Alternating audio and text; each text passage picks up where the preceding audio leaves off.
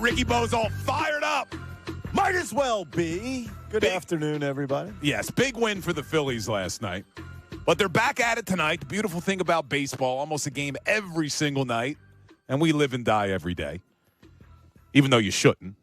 With the Phillies, I'm talking about. There's no doubt about it. Ricky looked at me like, what do you mean we live and die every day? Man, it's they lose. I fall down the stairs. I tumble. I get back up, and I start walking back up again. All right, so we'll bring you the lineup for tonight when we get it. But let's talk about it for a second. Because you got another right-hander on the mound for the Mariners tonight in Bryce Miller.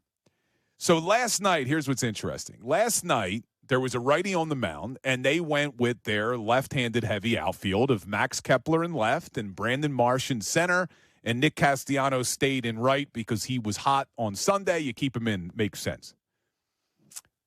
Here's what's interesting, Ricky Bo. You just said right before we went to the break, you would roll out probably the same lineup because they were so hot last night. If it worked, it worked. Well, let me give you a little information here.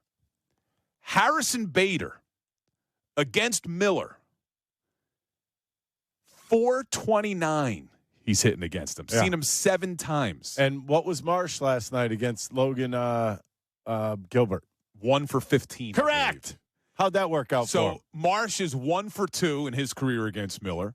Max Kepler is 1 for 5 in his career, and Casty is 0 for 2. So your outfielder who's seen him the most is Harrison Bader. Are you suggesting Bader should be back on the bench tonight and you go with that same left-handed heavy outfield? All right. See, you threw a pickle at me there because I'm not. What'd I throw at you? A pickle. Oh. You put me in a pickle, a little bit of a bind. You never played pickle? No. You guys never played that? Like in the middle? Like Yeah. I've been the one pumping his D all week. That's all right. I'll respond. After I looked at the evidence. That's the funny thing that makes me chuckle. All right, go ahead. After I looked at the evidence, I think I might go with Bader in center. I would stay with Casty in right. You're definitely keeping Casty in there. And Marsh is definitely playing. The only one that maybe you would consider sitting down would be Kepler, but Kepler did go 2 for 5 last night. Right. I mean, there's one guy in the lineup who didn't have at least 2 hits, and that was Alec Bohm. But I think the easy thing to do for Topper tonight would be I'm rolling out the same outfield. I'm rolling out the same infield because of 21 hits. So it's hard to argue with him otherwise. Maybe he thinks certain guys are drained. Too many hits. Too many hits last night. Yeah, like Kepler has a pair of hits. He wasn't doing that in a month, so he might be like, I might want to take him out. Well, every dad last night was save some of these hits for tomorrow night. But the only problem was you couldn't save them because Jordan Romano came in and almost gave up the lead. Unbelievable. So let's talk about that now. So I don't know what he's going to do in the outfield tonight. I would probably suggest rolling it back, even though Bader has really good numbers against Miller. I think, how do you change it up after the night last night? But let's talk about Romano. So Alvarado will be activated any minute. I'm waiting for the email from the Phillies because when they activate Alvarado, they're going to have to either option somebody or DFA somebody. Now, the easy thing would be you send Nolan Hoffman back down, right? I think that's the easy move. That's the move I think they will make. That's the move they're most likely going to make. The guy comes up. He did not pitch well. Now, he'll be sent down. I think that's the move they'll make. But let's look at the bigger picture, though, Ricky. Yeah. How much longer are they going to keep Romano on this roster? They got to find something else. I hate to say this, Alon Rangel, I'd rather have him up than Romano right now. So why not we just do wholesale changes right now? You know what? How about this? You put Alvarado in the bullpen, you get rid of Hoffman. You bring up Rangel, or even I'll take Lazar over Romano. And I know Lazar was struggled in his last outing. I will take that over Romano right now. I just want somebody up here that's showing me that they could pitch at the big league level. Romano right now does not deserve it. He's got a 7.5. He's carried this all year. He has. Yeah, I got a tweet at me last night, and it was from Chris Illuminati, and he said that's his real last name. 3 straight segments tomorrow dedicated to Romano being the drizzling bleeps, please. He's got to go. He's got to go. I'm not afraid to say it. I know there's people out there that don't like to hear it. He doesn't belong here right now. I think there's a lot of people who like to hear it. And wait, hold on. I don't think there's anyone out there who doesn't like to hear that. I don't think there's anyone out there who would fight with you on DFA Jordan Romano. And I'll go even deeper and say, number one, you're not signing him back next year. So DFA Jordan Romano, he'll be back. He'll catch on somewhere with another team next year.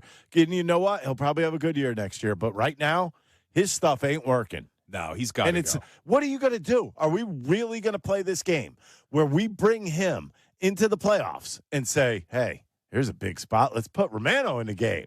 Yeah, it's not even that. Like, I can't trust him at all in the playoffs, but it's gotten to the point where you can't even trust him with a 7-0 lead. Right. You know, I've heard you before, or I've told you before that when my mother used to watch me live, she would cover her eyes. That's you at Romano. You might have 44,000 people at Citizens Bank Park if he came in out of the bullpen in a playoff game. Close their eyes.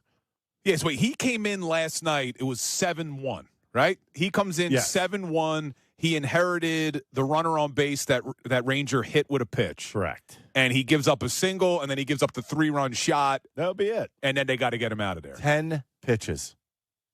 Yeah, you can't. You got to DFA him. 10 pitches, and you were basically responsible for 3 runs coming in. That is not somebody that you need out in the bullpen. And I'm not like this because I would say if Kerkering went out there, had 2 or 3 bad games in a row, I'd say, all right, we got to fix him. This is all season. Yeah, he's been over a 7.